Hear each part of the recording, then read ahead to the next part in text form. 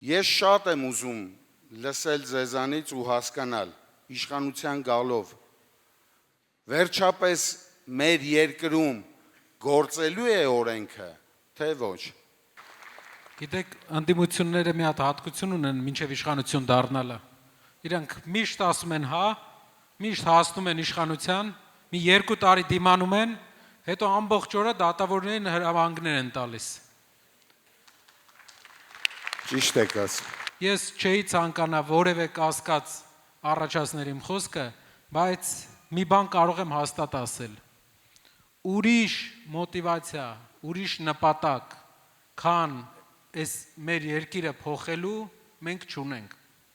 Եվ այդ ճանապարհին մենք անելու ենք ամեն ինչ,